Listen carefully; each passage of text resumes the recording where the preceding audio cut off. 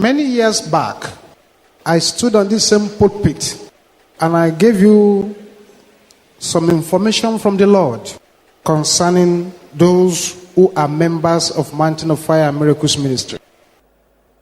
Part of what was said then, some people may remember, some may not remember.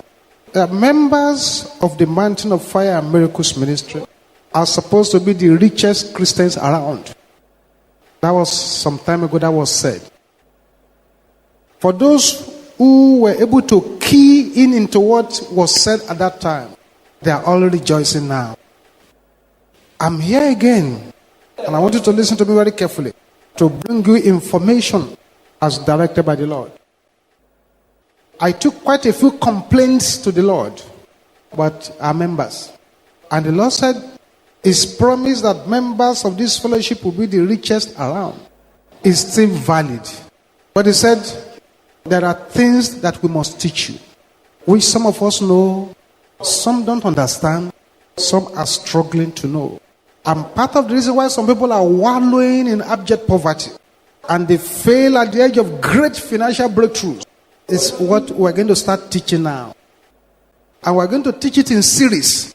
And it will be nice for you to make sure you listen to all these series and put it into practice.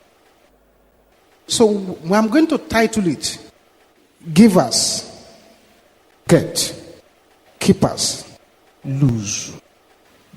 Givers, get, keepers, lose. Givers, get, keepers, lose. Now I want you to listen very carefully. In Luke chapter 6 verse 38, anyone who is not really ready for outstanding prosperity should not really bother about this message. But for those who have decided that they will never be poor, they should listen very carefully. Luke chapter 6 verse 38. Luke 6:38. The Bible says, give. It is not an advice. It's a command. Give. And the result is that, and it shall be given unto you.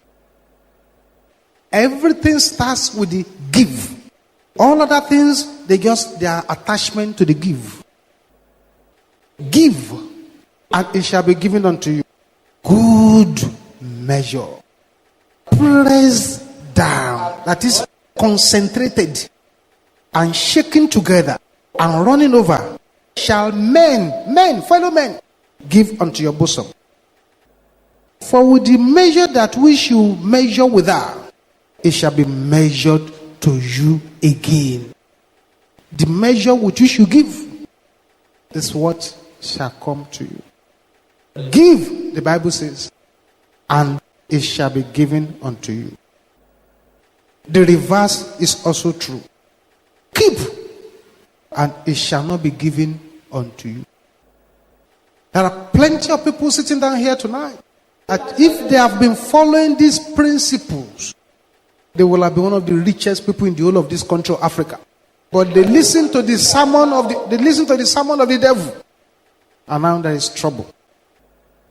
In Acts of Apostles chapter 20, Acts chapter 20 verse 35. Acts 20:35. Acts 20:35 says, I have showed you all things. Acts 20:35. I have showed you all things. How that so laboring ye ought to support the weak, and to remember the words of the Lord Jesus. How he said, it is more blessed to give than to receive. Keep that too in your hand. 2 Corinthians chapter 9. Look at what it says. 2 Corinthians chapter 9 verse 7. 2 Corinthians 9:7 says this.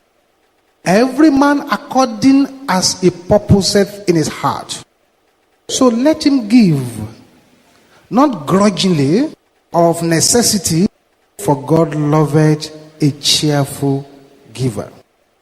And look at verse 6. For this I say, he which soweth sparingly shall reap also sparingly, and he which soweth bountifully shall reap also bountifully. Give, get, keep, lose. Proverbs chapter 11, verse 24. Proverbs 11, 24. Proverbs 11, 24 says, there is that scattereth, yet increaseth. And there is that withholdeth more than is meet, but it tendeth to poverty. The liberal soul shall be made fat, and he that watereth shall be watered also himself. All those scriptures that I've read, they are only saying one thing: give and get, keep and lose. Let me tell you some hard facts now about giving, which you need to ponder upon and understand. Statement number one is that it is the hand that gives that we gather. The hand that gives gathers. So if you are noticing famine around you, check the level of your offering. That's the first thing to check. 2, trying to cheat God is bad economy indeed. When God says bring and you don't bring, and you are trying to cheat the Almighty, it's a very, very bad economy. And when God wants to measure what you are giving to Him, He measures it by what you have left behind after you have given. It doesn't measure by what you put down, no. It measures by what you have behind after you have given to Him. This lesson rang home to one woman seriously one day. She had a dream. She was a very, very stingy person. She doesn't give to God at all. That day she had a dream. In the dream, she saw herself in the church, and a plate was placed at the door for people to be dropping their offering. A man came and put 10,000 naira inside the plate. In that revelation, it will appear as if that plate has the power of changing each person's gift to the real value before God. So the man dropped 10,000 naira in the plate. It turned into 1 naira. And she said, why? The Lord told her, say this man is giving so that people can say something good about him. A woman now came along. That one dropped 500 naira. Dropped 500 naira there. And that became 100 naira. I said, Lord, what's it again? He said, this woman is giving because it's the custom to give. He said, well, that's why she put down, not because she wanted to give anything to God. Then a little girl came along and she dropped 50 naira. And the 50 naira became 0, nothing. So why? No, it's nothing recorded for this girl. And she's a little girl. Oh, he said, well, the angel said, well, the Lord told her that this little girl dropped that 50 naira because she was trying to please her mother, not because she wanted to give it. And so the woman was getting discouraged. Say, this kind of plate, it will be as if all the offering given there, you are not accepting it, Lord. Later, a poor little girl came along and dropped in just 50 naira. It became 50,000. And the Lord said, you see, this person is very poor. But she denied herself to give this money because she loves the Lord. So those who say, well, I want to give, but I am not very buoyant. The truth is that if you cannot give to the Lord when you are poor, you won't do it when you are rich. So trying to cheat God is really, really bad economy. Fact number 3 is this. There are 2 powerful marks of a Christian. One is giving, and second is forgiving. There are 2 powerful marks by which you know a Christian. The 4th hard fact about giving is that what you give leaves. Doesn't that? What you give leaves. The 5th fact about giving is that giving is the thermometer of our love for God. Giving is that thermometer. You can sing, darling Jesus, oh my darling Jesus. And that person you call darling Jesus. I love you so much, darling Jesus. But when it comes to coming to give to him, you treat him as a beggar. As if you are giving somebody who gave you a good service in the restaurant a tip. Beloved, this is why many believers are poor. This is why many people who preach holiness, preach all kinds of things, in spite of the holiness preaching, they are still poor because they didn't follow this principle. And this is why you see some Christians who are not that serious with their Christian life. They are not as prayerful as some people are. They are not as holy as some people are. But because they understand the divine principle of giving, and they start giving, and God begins to open doors to them. Fact number 6 is this. Giving is God's medicine for greed. Giving is God's medicine for greed. If men learn to give, if men are giving, that's a cure for greed. The 7th fact is this. Fact number 7. An offering is faith in action. Any offering you give is you are putting your faith into action. And like I was saying on the crossover night, you pay your tithe, you give your offering. The tithe is God's own, so you just pay it. It's not, you are not giving him offerings. You are paying. You have to pay if you want the windows of heaven open. An offering is faith in action. 8. Giving impresses God because God himself is a giver. The Bible says God so loved the world that he gave. He didn't just sit in heaven and say, I love them, I love them, I love them, and did nothing. He loved them and then he gave something. Gave his only begotten son. Fact number 9. Your uncommon sowing will create an uncommon harvest for you. When you are really ready for uncommon financial breakthrough, then you do uncommon sowing. Your uncommon sowing will create an uncommon harvest for you. This is a very, very serious matter. And you must understand this principle very, very well.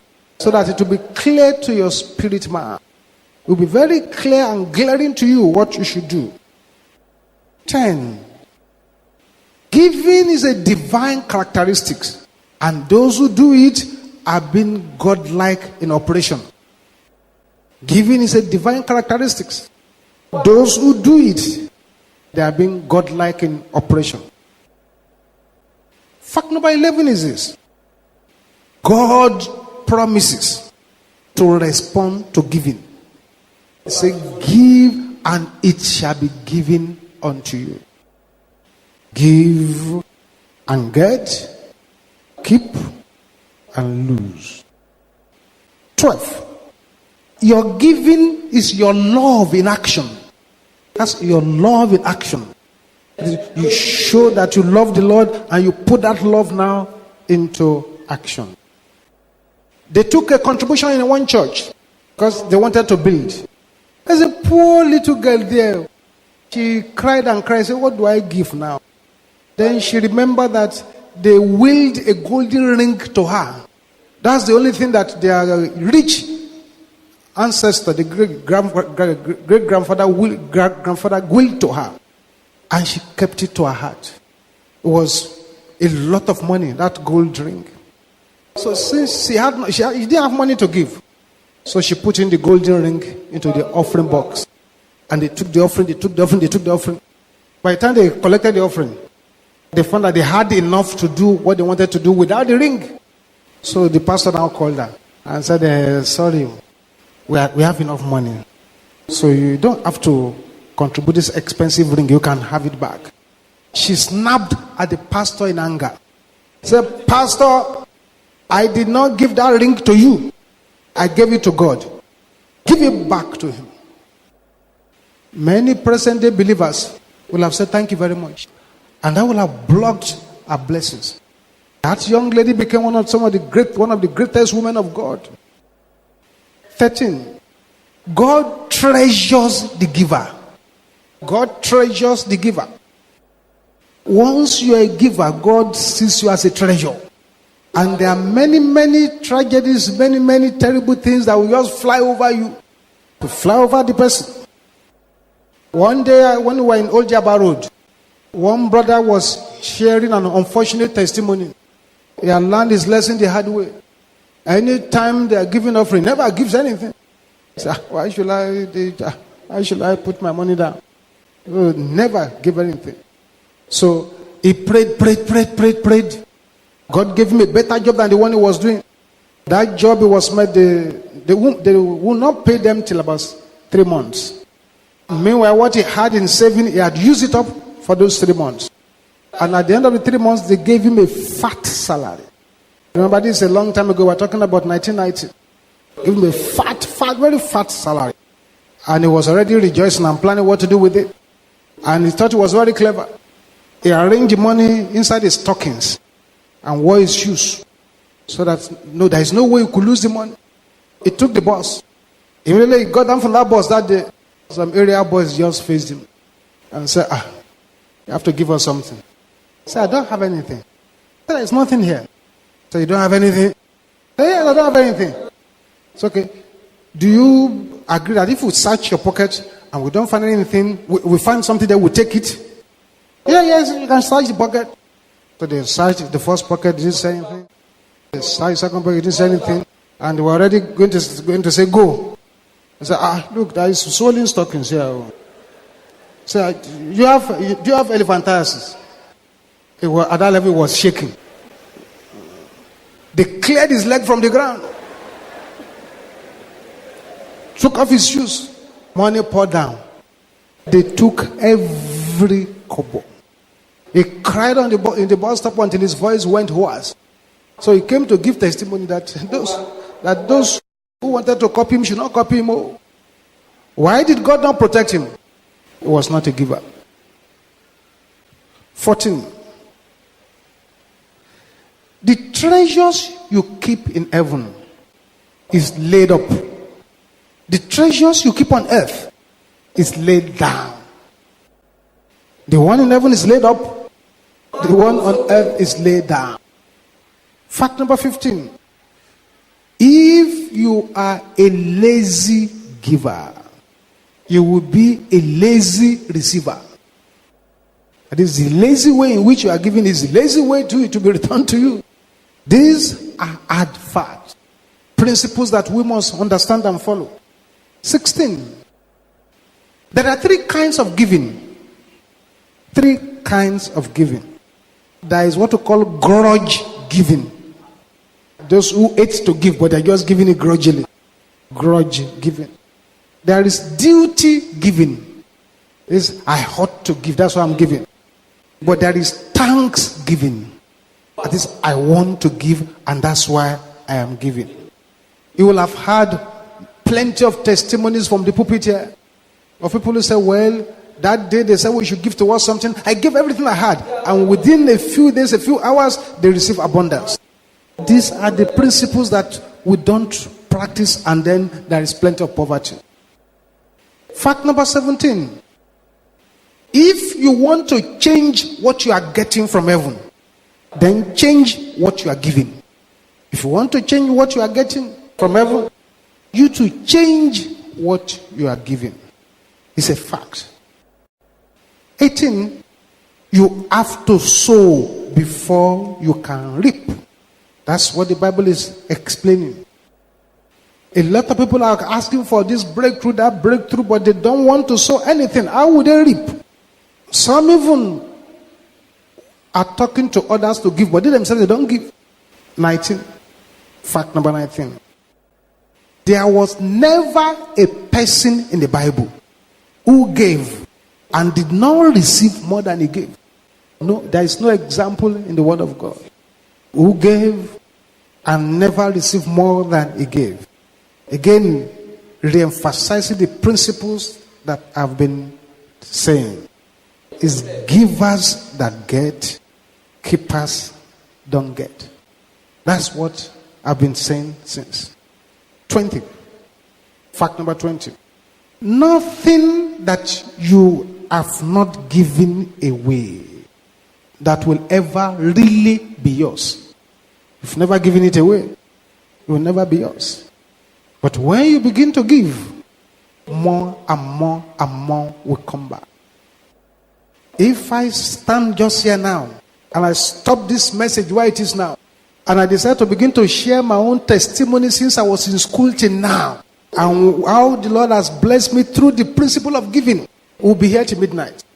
So try to understand these principles, so that you too can key in into the prophecy of that the Lord gave about MFM members, that they will be the richest. 21. Hard fact about giving. Whatever you keep to yourself, you eventually lose it.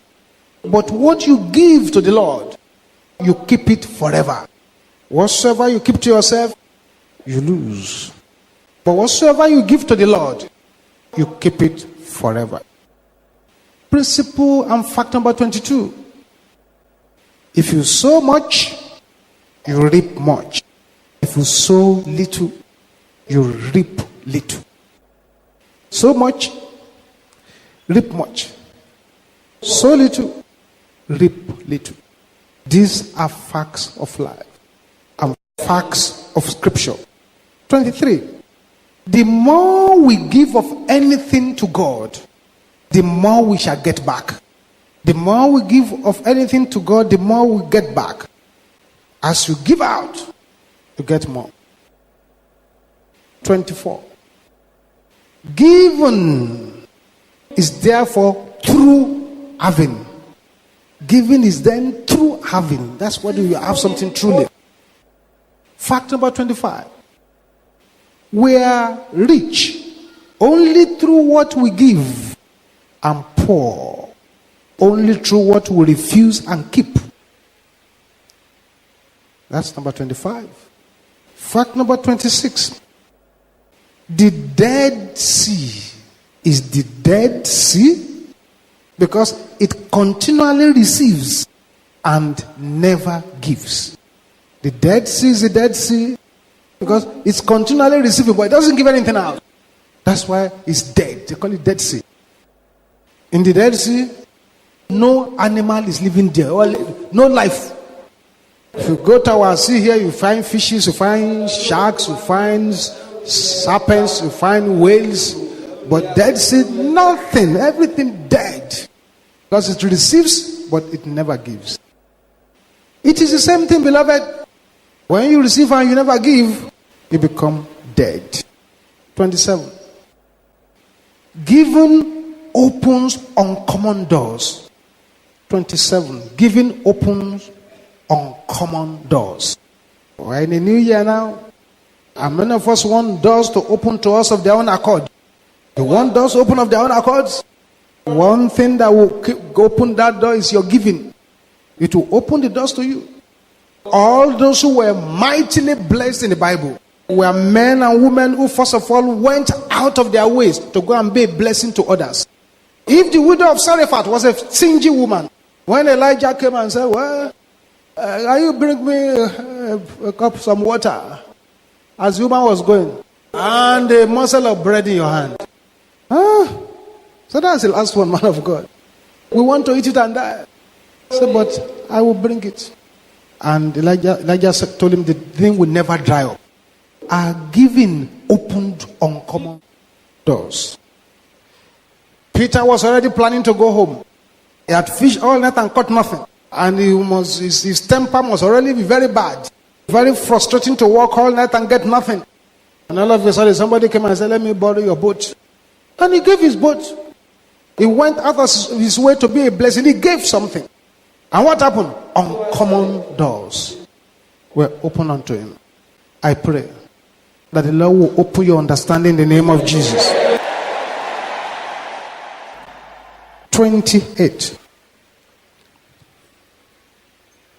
Prayer is mentioned 500 times in the New Testament. Faith is mentioned less than 500 times. Given is mentioned over 2,000 times. And out of the 38 parables of Jesus, 16 of them dealt with giving. Giving is therefore a serious heavenly principle. Prayer is mentioned 500 times. Faith is mentioned less than 500 times. Giving is mentioned over 2,000 times. And out of the 38 parables of Jesus, 16 dealt with giving. So giving is therefore a heavenly principle. How many have I told you now? How many? 29 now. Giving is an act of obedience. An act of obedience.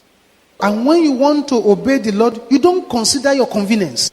Because they say, well, yes, Lord, but this is not convenient. It's disobedience. Giving is an act of obedience. It says give. So if you are supposed to give, and you do not give, and because you do not give, the blessing that is supposed to come to your life so that you can be a blessing to others does not arrive, then you will be held responsible in heaven. I want you to understand this very, very well. I read a story that touched my life. They were raising a missionary fund in one church. There was one poor woman, she couldn't give anything. It pained her. But after 1 week, she now came with a large sum of money. The kind of money that even people who are working will take them almost 1 year to raise. And she brought the money. The pastor was surprised. The pastor said, where did you get this money from? He said, Pastor, don't worry. It's for God. Later, the pastor found out what the woman did. This woman, who was a free human being, went and sold herself as a slave. And that was the money she brought. A free person became a slave because she wanted to obey God. She wanted to contribute. Giving sacrificially is a principle that can never be put aside for those who want mighty blessings. 30. Giving is an act of worship. An act of worship. In 2 Samuel chapter 24, 2 Samuel chapter 24, verse 24. 2 Samuel 24, verse 24. 2 Samuel 24, 24 says this. And the king said to Araunah, Nay, but I will surely buy it of thee at a price. Neither will I offer burnt offerings unto the Lord my God of that which doth cost me nothing. So David bought the threshing floor and the oxen for 50 shekels of silver. And David built there an altar unto the Lord, and offered burnt offering and peace offerings. So the Lord was entreated for the land, and the plague was stayed from Israel. Giving as an act of worship. That man said, take the land free of charge. David said, no, I can't give to the Lord what cost me nothing.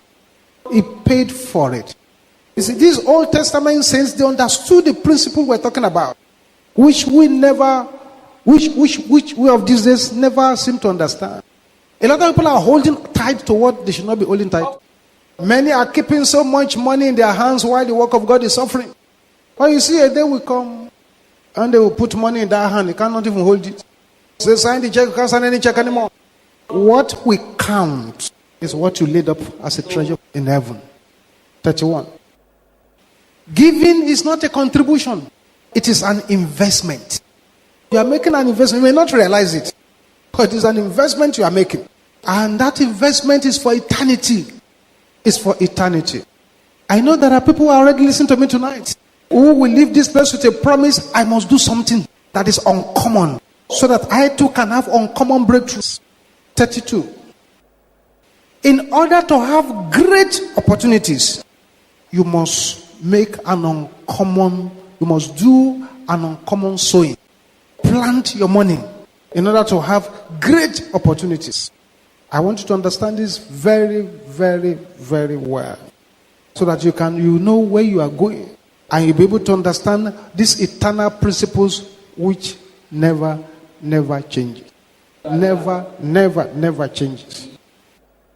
I come from a very poor home, and my parents didn't have any money to even buy a ticket to go from Lagos to Port Harcourt by here.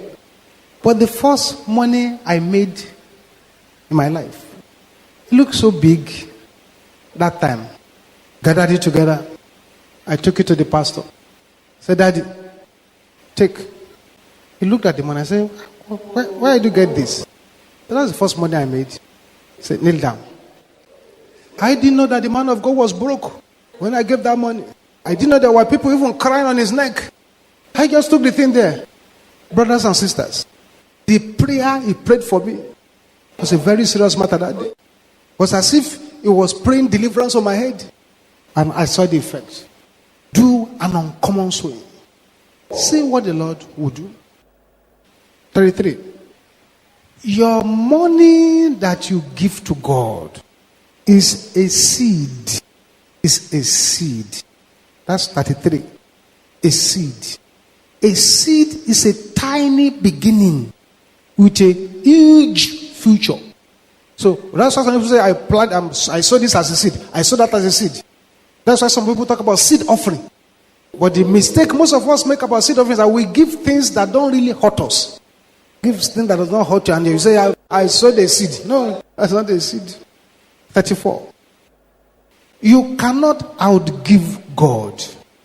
You cannot outgive God. There's no way you can outgive God. I want you to understand this very well. Because giving to God is like putting your money in the best bank.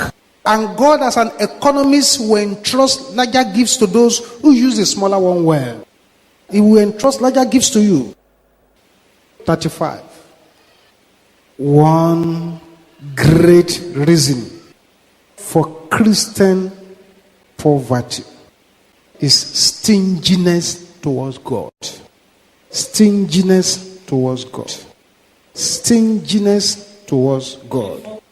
God withholds from us when we withhold from him. That's the truth. 36. Giving is God's way of raising men. It's God's way of raising men.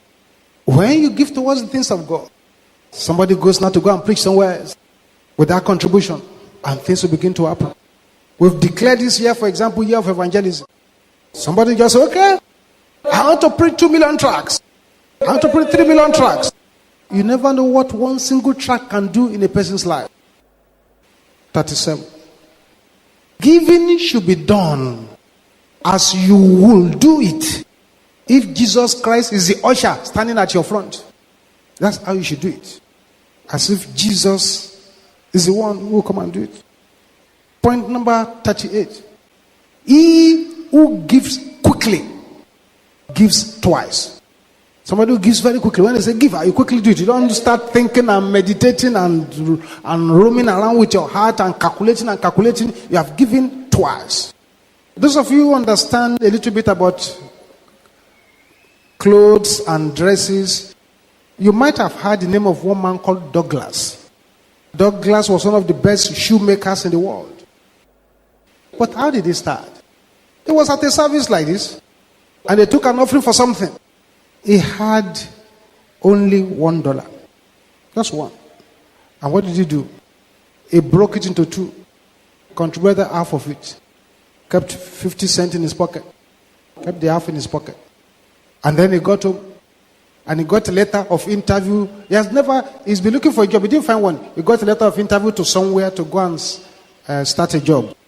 And the cost of train transportation to go to that interview was $1. He had only 50 cents left, now just half. He began to think. And the devil began to say, you see now, if you didn't contribute that thing, you will have money to go for your interview now. So the man asked the devil to shut up. So he took the train halfway, because that's how far the money could take him. And he decided to trek the rest to the town. And that was the beginning of his breakthrough. Immediately he got down from the middle place. As he was trekking to the next town, he saw a notice board that they needed his expertise. He went there. And what they started paying him there was double what he would have gotten if he had $1 to go to town. So if he didn't contribute that money, he will have his $1, he will go to town, and he will be paid at a job where he will have gotten 5 times more salary. He will lose the job where he's supposed to be paid 5 times more. But because he just paid half, by the time he got halfway, he saw where will give him more. 39. And this is very sad. Only 15% of the members of an average church carry the load of the church, the financial load of the church. Only 15% of the members of an average church carry the financial load of the church. Whereas all of us are meant to be carrying the load. Sometimes, beloved, when we have a major program like anointing service, power must change hands, it takes almost 1 week to begin to stretch and spread out 10 naira, 5 naira, 20 naira. That people have squeezed until they have become like stone. Some will even be smelling. When people like us see this kind of thing, we say, what a pity. These people don't understand the principles of heaven. I remember that American fellow. He was at a Christian conference. And people were contributing to something. They wanted to build a Bible college. He came forward and took the microphone.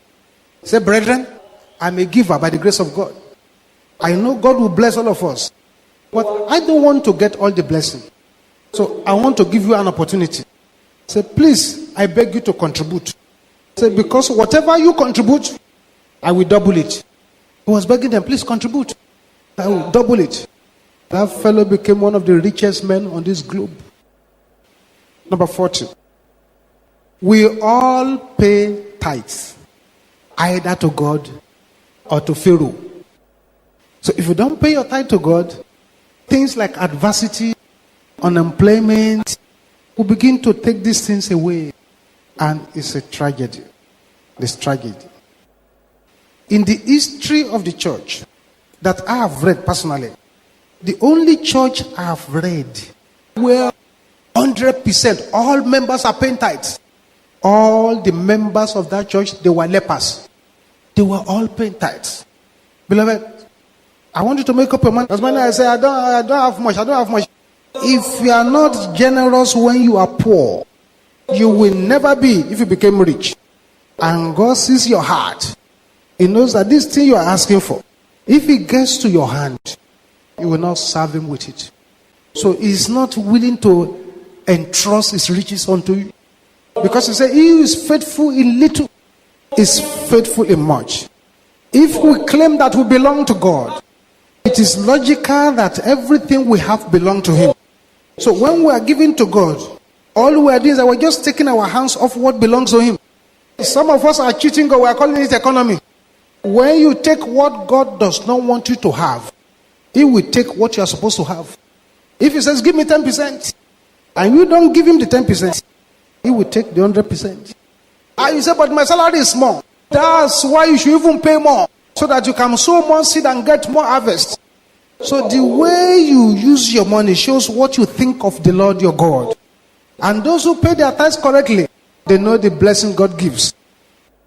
When you fail to do what God wants you to do, then there is only one problem, which is number 41 now. The problem is that many believers have been caged by the spirit of mammon. We need to receive deliverance from the hand of this spirit. Money has put human beings into the battle that has no end. Money has been the subject of pursuit since men came into the world. Money has turned itself into the greatest idol. Majority have been captured in the school of money worshippers. Many have gone to places they should not have gone to. Many have eaten and swallowed what they should not swallow because of money. Many Nigerians are suffering in strange lands now because of money. Money is a deceiver. Money will give sicknesses that nobody can remove. Money is a confusionist. Because those who don't have it think they are in trouble. Those who have it too know they are in trouble. Money has deceived many girls into wasting their virginity and wasting their virtue. Money has made people to suck blood in strange places. Money has changed the vision of so many great men of God. Money has sent many innocent souls to the graveyard. Money has turned so many women to widows. Money has turned many children to orphans. Money has a caging influence, a dominating evil power, a destructive hand. No wonder those who never receive deliverance from the hand of mammon cannot really give to God. There is a spirit known as mammon. I want you to understand, beloved, as you are here tonight, your life is more than money. You met money in this world and one day you will leave it behind. The Bible says we brought nothing into this world. And it is certain that we are going to bring nothing out of it. Money should not dispatch you out of this world before your time. As a Christian, money is made for you. You are not made for money. It is sad to know that money is gradually destroying the calling of many men of God. And it has destroyed the destiny of so many people. For example, how can somebody kill his wife because of money? How can somebody kill his own mother because of money? How can somebody allow money to put him in direct confrontation with his own destiny? And what most people don't know is that quick money is quick death.